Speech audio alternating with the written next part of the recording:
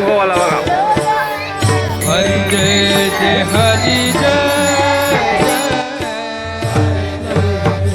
गणपती बाप्पा.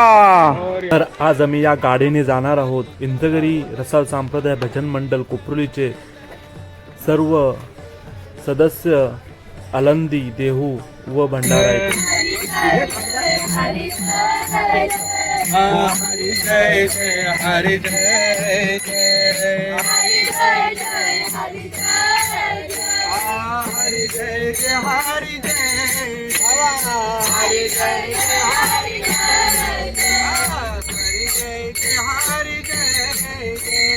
हरी जय हरी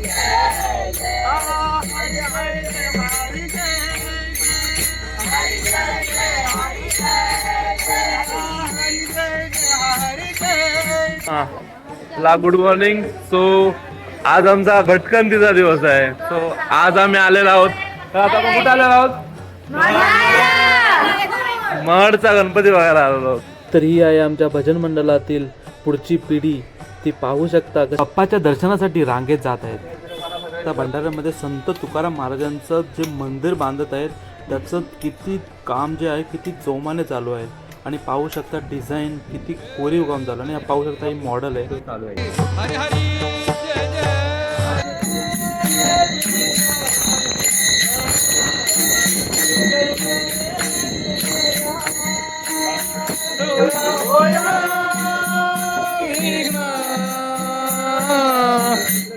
महाराजांच्या दरबारात आपला भजनी मंडळाचा इथं मोठा सत्कार त्यांनी केलेला आहे. संपूर्ण आमचं इंचगिरी रसाळ संप्रदाय आणि गावकरी कोपरोली यांच्यातर्फे आम्ही तिथे आभारी आहोत. तर आता नाश्त्यासाठी बनवले आहेत कांदे पोहे. तर बघूया कांदे पोह्यांची टेस्ट कशी लागते. कांदे पोहे कसे आहेत? हा एक नंबर आहेत का? तिथे तुकाराम महाराज भंडारा भामचंद्रावर भजन करण्यासाठी याचं साधना करण्यासाठी आहे. पांडुरंग प्राप्तीसाठी ते तिथं जायचे. आणि त्यांची पत्नी तेवढ्या लांब काय तिथे सगळे डबे वगैरे घेऊन जायचे जेवण. तर पाहू शकता देहू मधील जे संत तुकाराम महाराजांचं जे मंदिर आहे तर या मंदिरात सुमारे 4 कोटी अभंग हे भिंतीवर लिहिले गेलेले आहेत.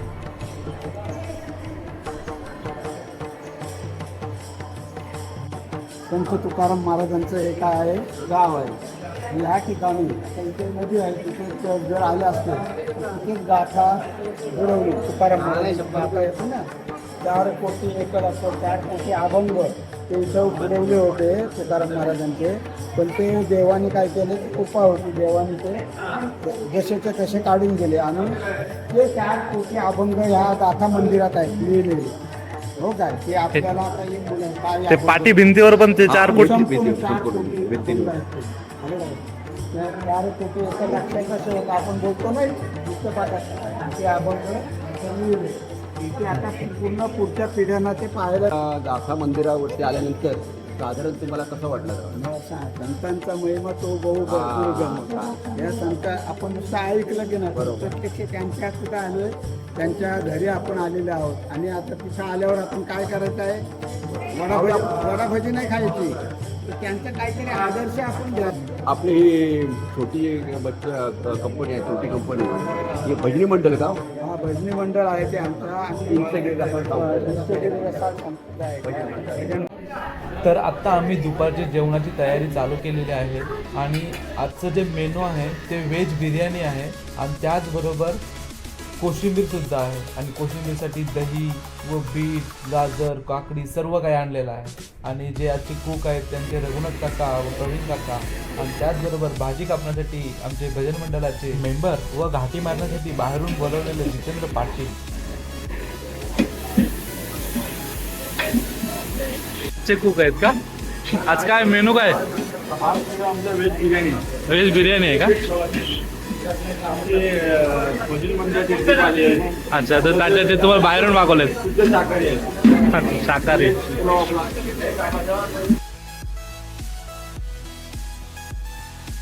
हे व्हॉलीबॉलचे प्लेयर आलेले आहेत आणि काही जमत नाही ना.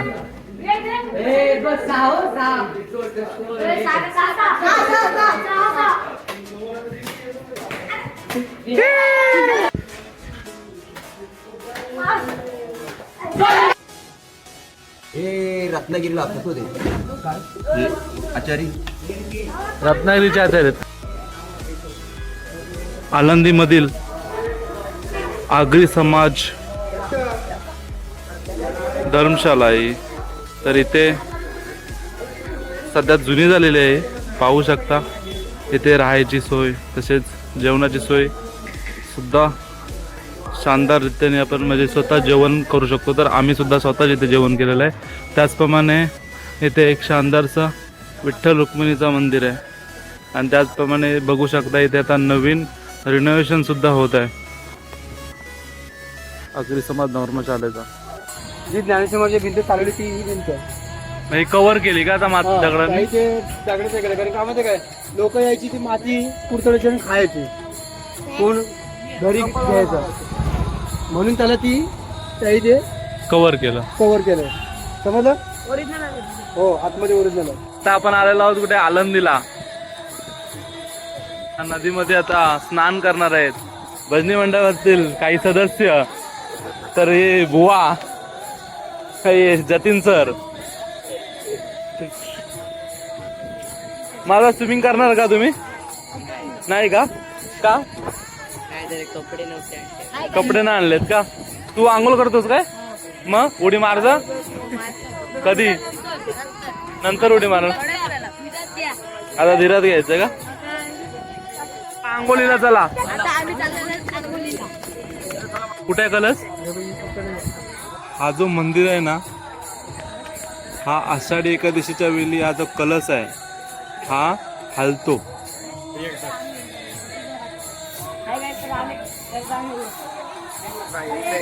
याला येई नाही. जेव्हा फुगवाला बरोबर नाही याला जमा नाही.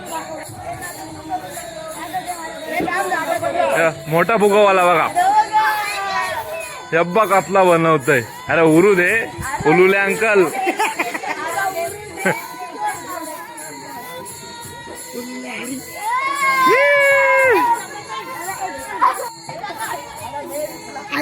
कडक रे शिंदे सारखा.